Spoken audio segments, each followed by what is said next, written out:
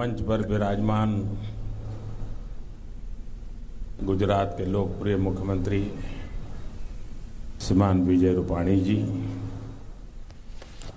उप मुख्यमंत्री श्रीमान नितिन भाई, श्रीमान लखानी जी, जयंत भाई बाबरिया जी, गोविंद भाई धोलकिया जी, पाणीदार मेरा साथी मथुरदास, लालजी भाई पटेल, मंच पर विराजमान सभी साथी और विशाल संख्या में पधारे हुए मेरे सभी परिवारजन,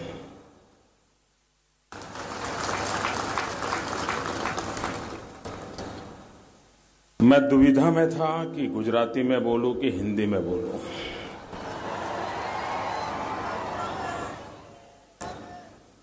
लेकिन बाद में मेरे मन में विचार आया कि आप सबने इतना बड़ा काम किया है, इसका देश को भी तो पता चलना चाहिए।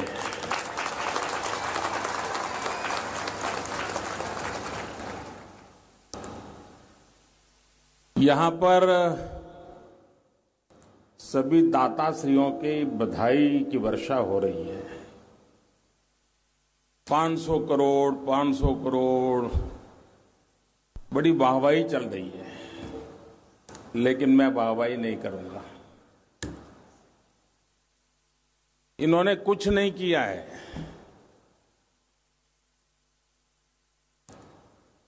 आपको झटका लगाना, ये अगर 500 करोड़ 5000 करोड़ देते हैं, कुछ नहीं है, मैं बताता हूं।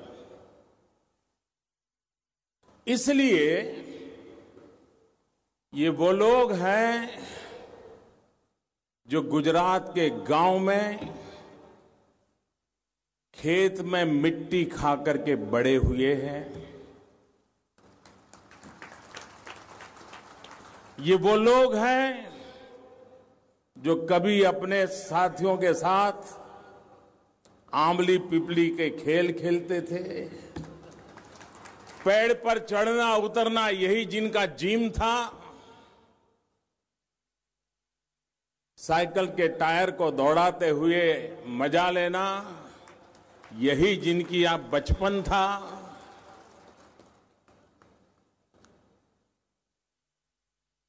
बारह महीना मां बाप एक ही बात करते थे घर में, इस बार बारिश अच्छी हो जाए तो अच्छा होगा। बेटा पढ़ाई करेगा नहीं करेगा ये चर्चा नहीं होती थी। चर्चा यही घर में होती थी, भगवान करे इस बार बारिश अच्छी हो जाए।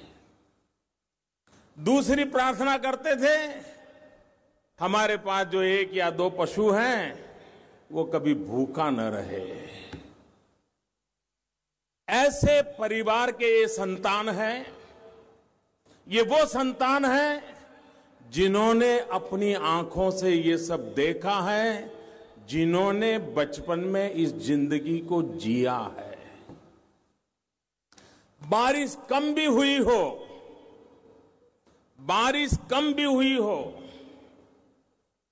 परिवार को जितनी जरूरत हो उससे भी कम फसल हुई हो, उसके बावजूद भी फसल का ढेर अगर खेत में तैयार पड़ा है तो चोर खाए, मोर खाए, आया मेहमान खाए, जब बच जाए तो खेड़ू खाए। ये संस्कार जिन परिवारों के हैं,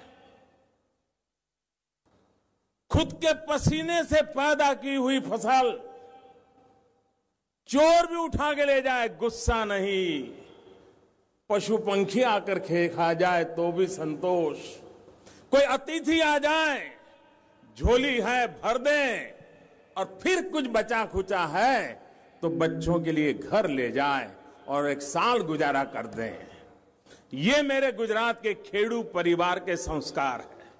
ये उनके बच्चे हैं, ये उनके बच्चे हैं जिन्होंने मां बाप ने पेट काट करके भी किसी का पेट भरने में कभी कमी महसूस नहीं करने दी। उनके लिए 500 करोड़ कुछ नहीं होता। ये देने के संस्कार लेकर के आए हैं। ये जब तक देंगे नहीं, रात को सो पाएंगे नहीं। और मैं इन परिवारों के बीच में पला बड़ा हूं जी। मैं और जगह पे जाता हूं तो मुझे कभी कभी फील होता है कि लोगों ने मेरे से नाता तोड़ दिया है। हर किसी की नजर में मैं प्रधानमंत्री बन गया हूं, लेकिन एक अगर कोई अपवाद है तो मेरा सूरत है।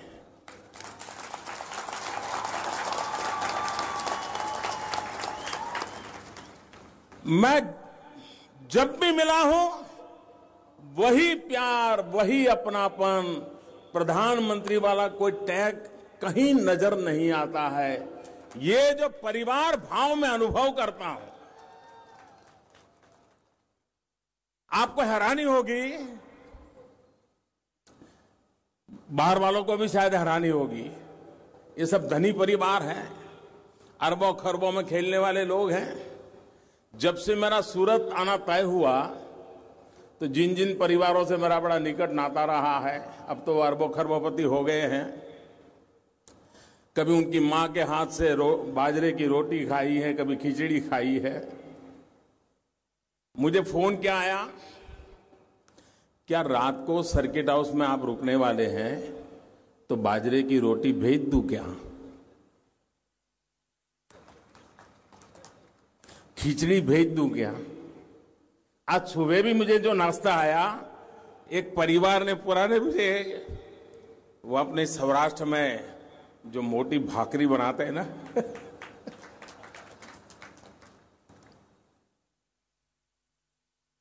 तो उनको याद था, सुबह सुबह भेज दी। उनको पता है प्रधानमंत्री को क्या खाना क्या नहीं खाना कोई मुश्किल काम नहीं है, लेकिन ये परिवार भाव है जिसकी हर परिवार की मां ने, जिन्होंने कभी न कभी मेरी चिंता की है, वो उसी प्यार से मेरी चिंता में लगे हुए हैं। मैं समझता हूं जीवन का इससे बड़ा कोई सौभाग्य नहीं होता है।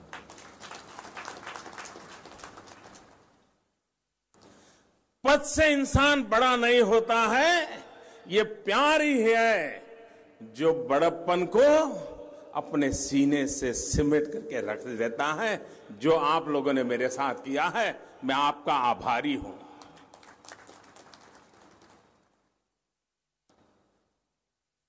आज एक अस्पताल का लोकार्पण हो रहा है, आधुनिक अस्पताल है।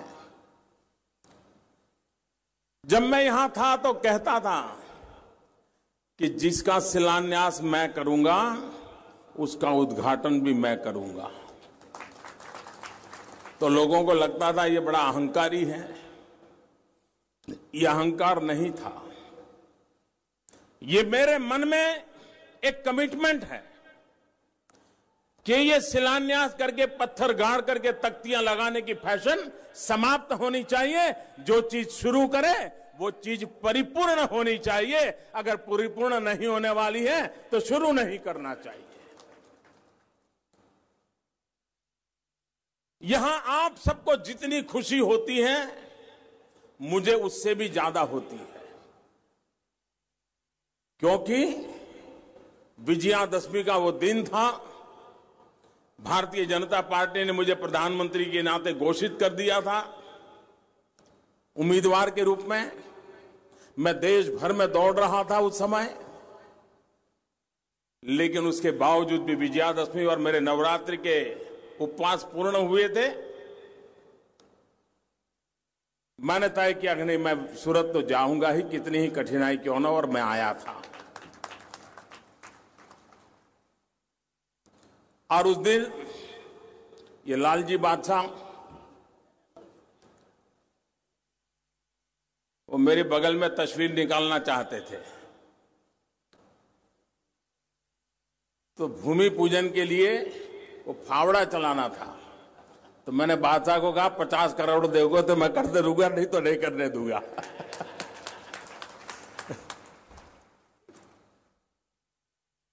इस अधिकार भाव से मैंने आप लोगों के बीच काम किया है और वो मान गए थे। इतने अधिकार भाव से आप लोगों के बीच मैंने काम किया और तब ये अस्पताल, जब मैं अपने सामने इतना भव्य रूप देखता हूं, मेरे लिए इससे बड़ा कोई संतोष नहीं हो सकता है। और इस काम को इतने बढ़िया ढंग से परिपूर्ण करने के लिए पूरी टीम को मैं हृदय से बहुत बहुत अभिनंदन करता हूं। मैं देख रहा था कि दाता श्री के धन से ये अस्पताल नहीं बना है। ये अस्पताल परिवार भाव से बहाया गया परिश्रम से बना हुआ है। पैसों से ज्यादा मूल्यवान परिश्रम होता है, पसीना होता है। और यहां सब लोग हैं, वहां जो बैठे हुए सब लोग हैं, उन्होंने सिर्फ पैसे बहाए नहीं है, अपना पसीना बहाया है, पैसों पर पसीने का अभिषेक किया है। और इसलिए इस अस्पताल में जो भी आएगा, सामान्य रूप से मैं डायमंड की फैक्ट्री का उद्घाटन करता तो मैं कह देता कि आपकी फैक्ट्री फले फूले, आपका कारोबार बढ़े। आप टेक्सटाइल का इंडस्ट्री करते तो मैं शुभकामना देता, लेकिन आज मैं श्राप देता हूं, शुभकामना नहीं देता हूं। मैं चाहूंगा कि किसी को भी अस्पताल में आने की जरूरत न पड़े।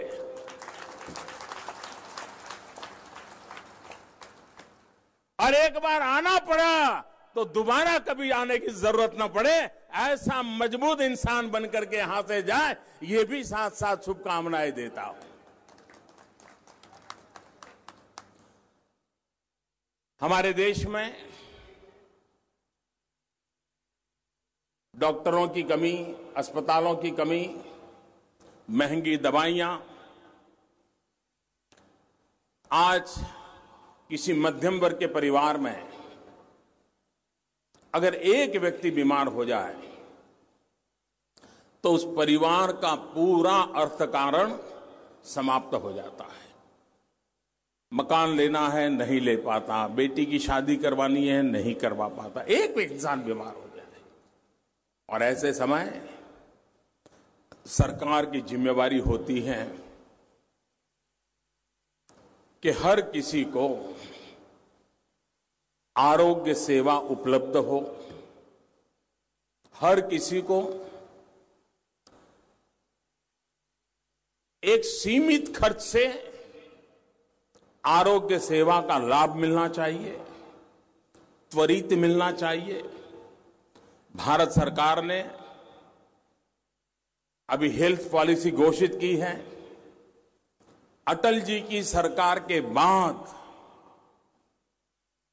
15 साल के बाद इस सरकार ने हेल्थ पॉलिसी लाई है।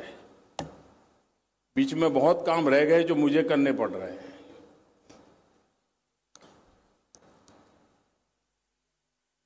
अब दवाइयां, मैं गुजरात में था तो आपको मालूम है बहुत लोगों को मैं नाराज करता था। अब दिल्ली में गया हूं तो देश में भी बहुत लोगों को नाराज करता रहता हूं। हर दिन एक काम करता ऐसा हूं कि कोई न कोई तो मेरे से नाराज हो ही जाता है। अब जो दवाइयां बनाने वाली कंपनियां जिस इंजेक्शन के कभी 1200 रुपया लेते थे, जिन गोली की कभी कभी 350-400 रुपया लेते थे, हमने सबको बुलाया, भाई क्या कर रहे हो, कितनी लागत होती है, क्या खर्चा होता है। और नियम बना करके जो दवाई 1200 में मिलती थी वो 70-80 रुपये में कैसे मिल जाए, जो 300 रुपये में मिलती थी वो 30 रुपये में कैसे मिल जाए। करीब 700 दवाइयां उसके दाम तय कर लिए ताकि गंभीर से गंभीर बीमारी में गरीब से गरीब व्यक्ति को सस्ती दवाई मिले। ये काम किया है। दवाई बनाने वाले मुझसे कितने नाराज हो गए इसका आप अंदाज कर सकते हो। आज हार्ट पेशेंट, हर परिवार में चिंता रहती है हार्ट की, हर घर में भोजन के टेबल पर खाने की चर्चा होती है, वजन कम करो, कम खाओ, चर्चा होती है, करते नहीं है कोई, लेकिन डाइनिंग टेबल पे चर्चा जरूर होती है। हर किसी को हार्ट अटैक की चिंता रहती है और हार्ट में स्टेंट लगवाना। अब हम लोग जानकार तो है नहीं, डॉक्टर कहता है ये लगवाओगे तो 30-40 हजार रुपया होगा। पेशेंट पूछता है जिंदगी का क्या होगा, तो कहता है ये लगवाओगे तो 4-5 साल तो कोई प्रॉब्लम नहीं होगी। फिर दूसरा बताता है कि ये लगवाओगे इंपोर्टेड है तो 1.5 लाख रुपया लगता है, ये लगवा दिया तो फिर जीवन भर देखने की जरूरत नहीं है। तो गरीब आदमी भी सोचता है यार 40 हजार खर्च करके 4 साल जीना है तो 1.5 लाख खर्च करके जिंदगी अच्छी क्यों ना गुजारूं, वो 1.5 लाख वाला ले लेता है। मैंने स्टैंड वालों को बुलाया, मैंने कहा बताओ भाई कितना खर्चा होता है, तुम इतने रुपये मारते हो। साल भर उनसे चर्चा चलती रही। आखिरकार 2 महीने पहले हमने निर्णय कर दिया जो 40 हजार रुपये में स्टैंड मिलता है वो उनको 6-7 हजार रुपये में बेचना पड़ेगा, देना पड़ेगा। जो 1.5 लाख में देते हैं वो 20-22 हजार रुपये में देना पड़ेगा ताकि गरीब से गरीब व्यक्ति को अफोर्डेबल हो। कभी कभार तो ये विषय ऐसे सामान्य व्यक्ति को मुसीबत होती है, ज्ञान होता नहीं, और कुछ न कुछ लोग, अब इसके कारण समाज का एक तबका है, बड़ा ताकतवर तबका है, उसकी मेरे प्रति नाराजगी बढ़ना बहुत स्वाभाविक है। लेकिन गरीब के लिए, मध्यम वर्ग के लिए आरोग्य सेवाएं सुचारू रूप से उपलब्ध हो, उस दिशा में सरकार एक के बाद एक कदम उठा रही है। अभी जो विजय भाई बता रहे थे, हम हर अस्पताल में सस्ती दवाई के लिए प्रधानमंत्री भारतीय जन औषधि परियोजना ये प्रारंभ कर रहे हैं ताकि बहुत सस्ते में। अब अभी भी मैंने देखा है कि डॉक्टर लोग पर्चा लिखते हैं, पर्चा ऐसे लिखते हैं ताकि वो गरीब आदमी को बेचारे को समझ नहीं, तो उस दवाई की दुकान में माल खरीदने जाता है जहां महंगी मिलती है। हम कानूनन व्यवस्था करने वाले हैं, डॉक्टर पर्ची लिखेंगे तो उसमें लिखेंगे कि जेनरिक दवा खरीदने के लिए उसके लिए काफी है और दवा खरीदने की जरूरत नहीं है। तभी आदमी, गरीब व्यक्ति सस्ते में दवाई खरीद सकता है। जिस प्रकार से आरोग्य की सेवाओं में बीमार होने के बाद की चिंता है, उससे पहले प्रिवेंटिव हेल्थ केयर की भी उतनी ही चिंता जरूरी है। मेरा स्वच्छता अभियान वो सीधा सीधा आरोग्य से जुड़ा हुआ है। दुनिया में सारे सर्वे कहते हैं कि बच्चे अगर हाथ साबुन से धोए बिना खाना खाते हैं तो दुनिया में करोड़ों बच्चे इस एक कारण से मौत के शरण हो जाते हैं। क्या हम आदत नहीं डाल सकते? आरोग्य की दृष्टि से स्वच्छता, सूरत के लोगों को स्वच्छता के पाठ पढ़ाने की जरूरत नहीं है। सूरत में जब महामारी आई उसके बाद सूरत ने स्वच्छता को अपना बना लिया। सूरत का स्वभाव बन गया है स्वच्छता, देश के लिए प्रेरणा है।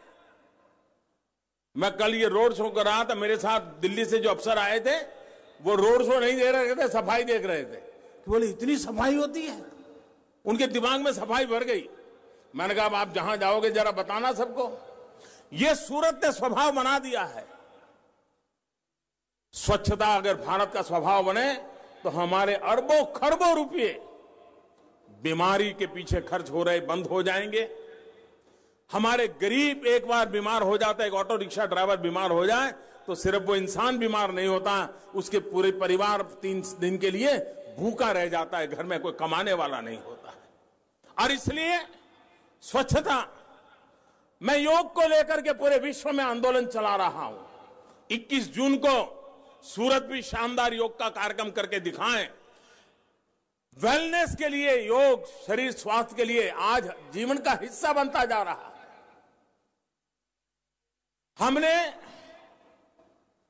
इंद्रधनुष योजना के तहत देश भर में उन माताओं को, बालकों को खोज रहे हैं जिनका टीकाकरण नहीं हुआ।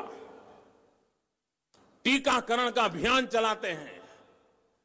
2 करोड़ से ज्यादा ऐसे माताएं बहनों को खोजा है जिन्होंने टीकाकरण गांव में हो रहा था लेकिन उन्होंने नहीं लगवाया। सरकार खोज खोज करके लोगों की सेवा करने के लिए बीड़ा उठाया है, लेकिन ये सारों में जन आंदोलन आवश्यक होता है, जन सहकार आवश्यक होता है। कभी कभी हम लोग सोचते हैं देश आजाद होने के बाद एक ऐसा माहौल बन गया सब कुछ सरकार करेगी, लेकिन हमारा देश, उसका चरित्र अलग है।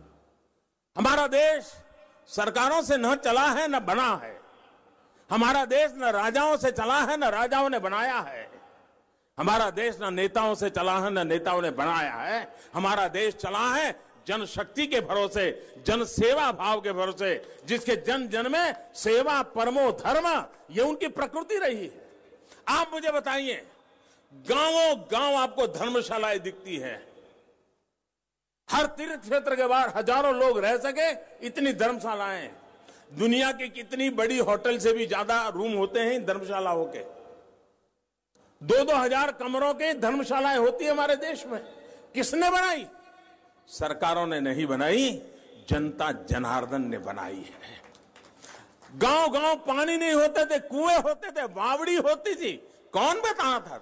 सरकारें नहीं बनाती थी, जनता जनार्दन बनाती थी। गौशालाएं क्या सरकार बना रही थी?